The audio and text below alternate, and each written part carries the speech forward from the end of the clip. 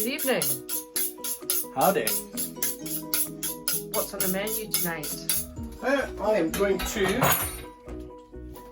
make a stew. This is a wee project. I'm just making this up as I go along. I've got an idea in my head. It's under heart. Basically, it's to show you that how you can make a little go a long way in terms of meat. So as you can see, I've got what, maybe a pound of beef there. Now, okay, there's only two of us, but this is to make enough that we can freeze and have another time, especially during these hard times. It's good to have. I've got a haggis. I'm only going to use half of that. Haggis is really dead cheap and nutritious and tasty. I've got a sweet potato, a carrot, 2 cloves of garlic, an onion, and I've got 2 beetroots peeled, hence why I'm wearing the gloves. Tomato puree, the beer for drinking and for putting in the stew. It's a McEwan's Headspace Scotch whisky beer. Never tried it, but I'm sure it'll be fine. Bramble jelly that my grandmother made. Some black beans. I know this sounds like a big kern, but trust me, this might work. Beef dripping to give it all flavour. Some thyme, of course, and salt and pepper. So this is going to be a slow cooker dish, and it's going to be cooked on low, so that it's what, back at 8?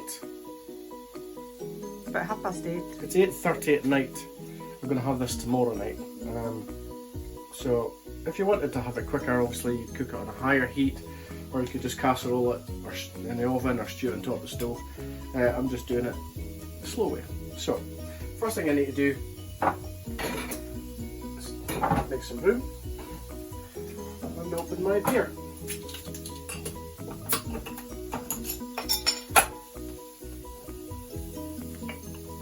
Oh,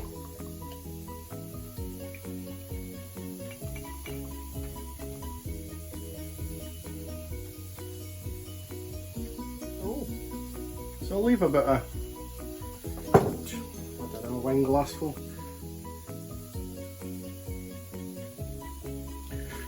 Tasty. Right. First thing you want to do really is to get some of the thyme into the beef. You could do this well in advance if you really want to, but because this is going to be slow cooked, it's not going to make much of a difference. Get plenty of black pepper in there.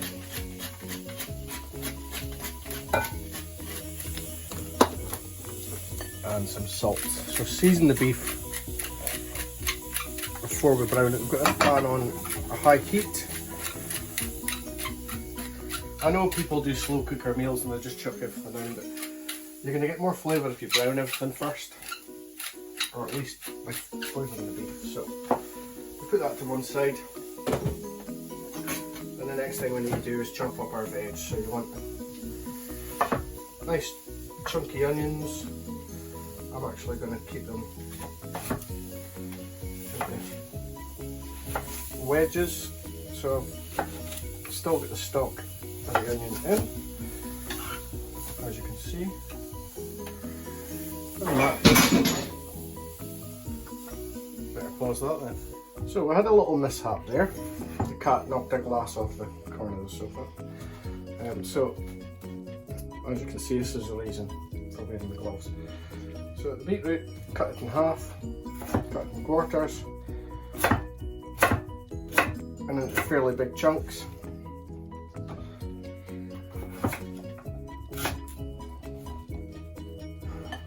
And then the carrot, cut it at an angle. I'm deliberately not making these all the same shape, just for a bit of variety in the finished dish. And the sweet tatty, again, I'm going to put it in even bigger chunks. There's no reason for this, just like I say, a bit of variety. Nice big chunks. So, first thing I'm going to do actually is brown my onions. So remove my gloves.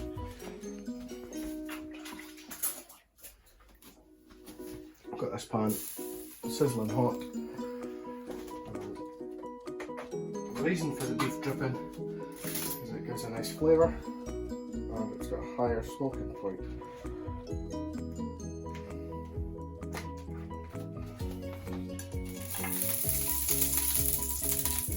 So not too much.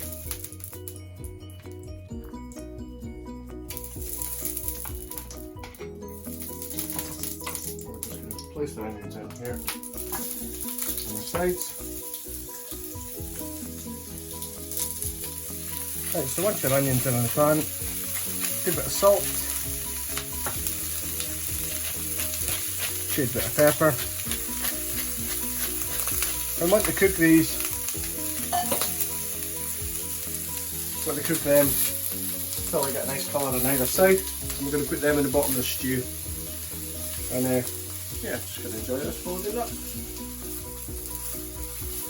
Right, so you can see that's the sort of colour you want in your onions. Once they're like that, you flip them over, a bit more salt, a bit more pepper.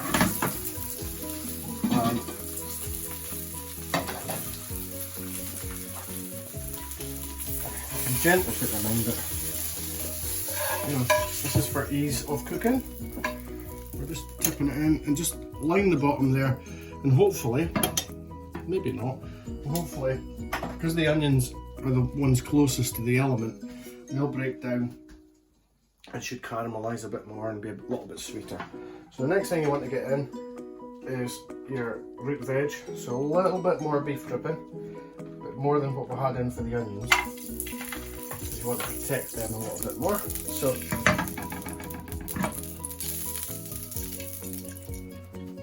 once your fat's melted, do a good swirl around, get your root veg in. Leave the beetroot till last, because it'll stain everything. Probably will stain everything anyway. But get your carrots and your sweet tatty in. And again, give it a wee shake. Again, a bit more salt. Sounds like a lot of salt, but these salt grinders don't put that much out. And again, a good bit of pepper. I like my black pepper in Scotland. So,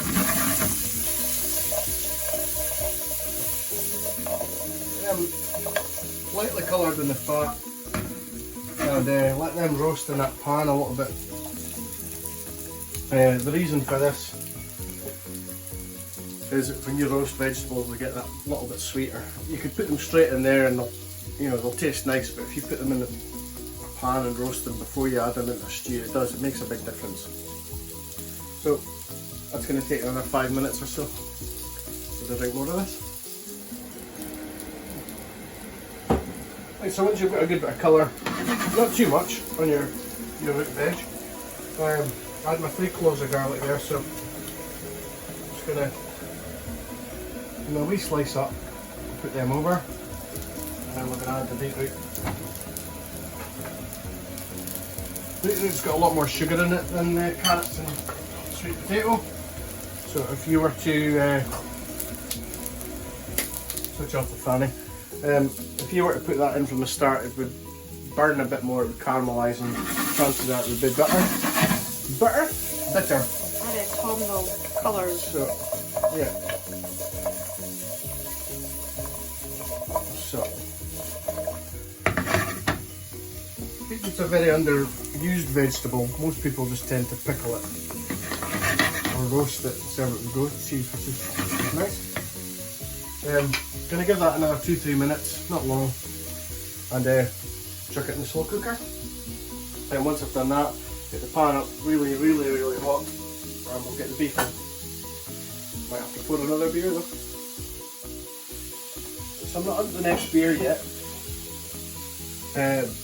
Just as the beetroot is starting to get up to temperature, got to keep an eye on the garlic. So the garlic's not burning, and I don't want it to. So we're just going to get this into the slow cooker. And we want to get this pan up to heat. Now we're not putting any liquid in here yet, deliberately. So I don't want to have too much liquid. Another reason is I might, depending on how it tastes, I might use the liquid from the beans. I know a lot of people, when they use beans in chili con carnes and things like that, they rinse it, they drain it. It's just water and salt. You know, there's an old notion that kidney beans are poisonous. No, they've been cooked. You know, they can upset your stomach if you eat them raw, but they're cooked when you get them tinned. These are black beans. It's Black History Month, so mildly racist, but giving everybody a chance. This is an inclusive YouTube channel for all. And we'll get the I'm not racist but people out there doing it. No, get that pan nice and hot. We'll get a little bit more dripping in and we're going to brown the beef, and that's the next stage. And it will be on the other beer by then. What were you saying just there about sober for October? I considered it.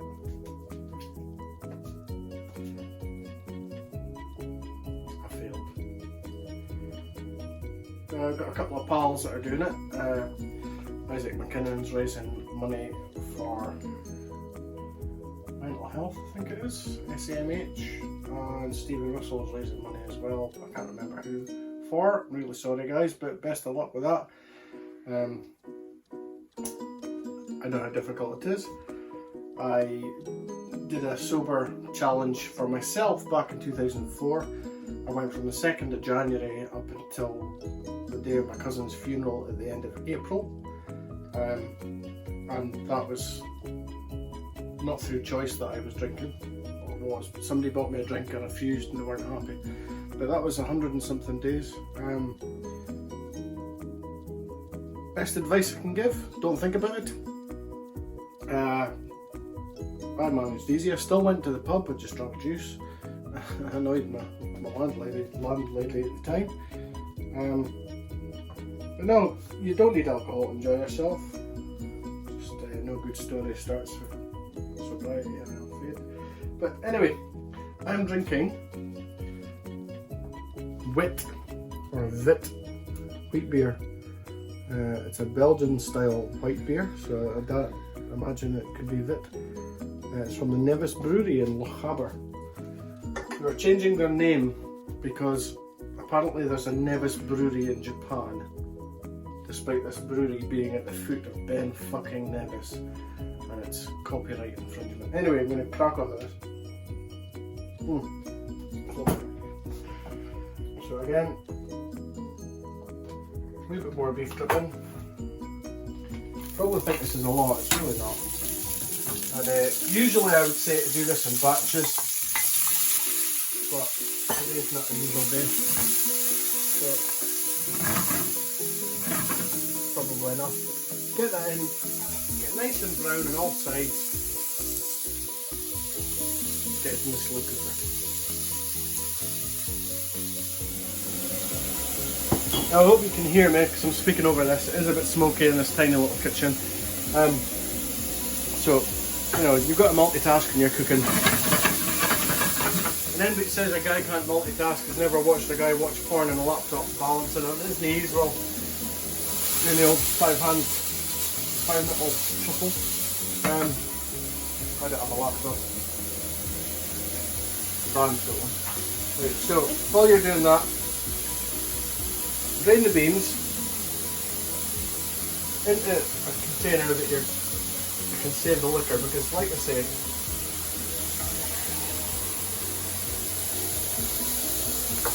just salt and water. So we're going to have a wee taste. Yeah, it's not salty, so that's totally fine. So I filled up this can with water. So we pour it over the beans, just so I can rinse out the can basically.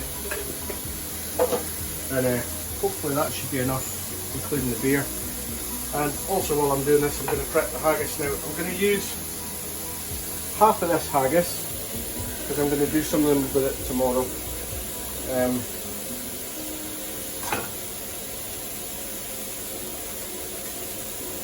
Now for those of you that are worried that it's not cooked, blah blah blah blah blah, haggis is already cooked, just like black pudding. Again, cut it into fairly big chunks.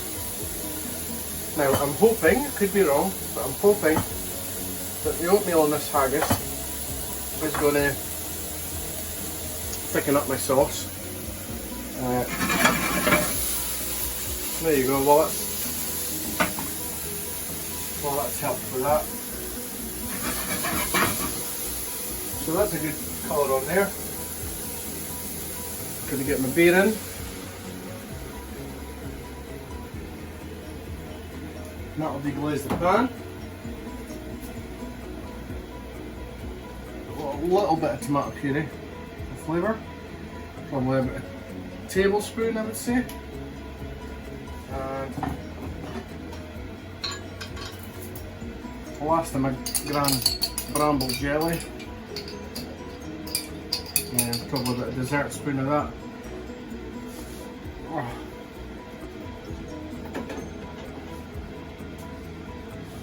And we'll just stir that in. We'll reduce it down until there's next to no liquid. So we'll come back when we're ready for that. Right. So that's reduced by a good bit. I'm going to add in the beans. Give them a wee stir. Lid off again. Right. You can see it's already steaming away.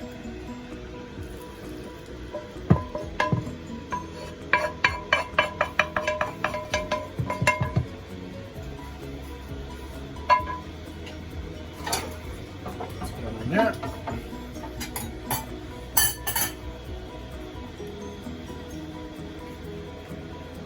Stir. Not going to mix it over yet.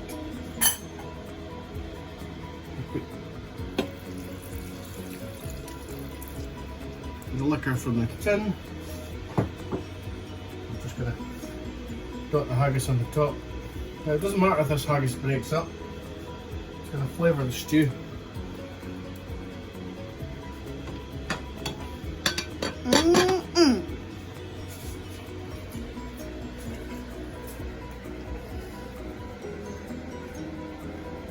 It's basically that. Just leave it to cook overnight. Again, if you want to cook it quicker, you can, but that, I hope it's going to work.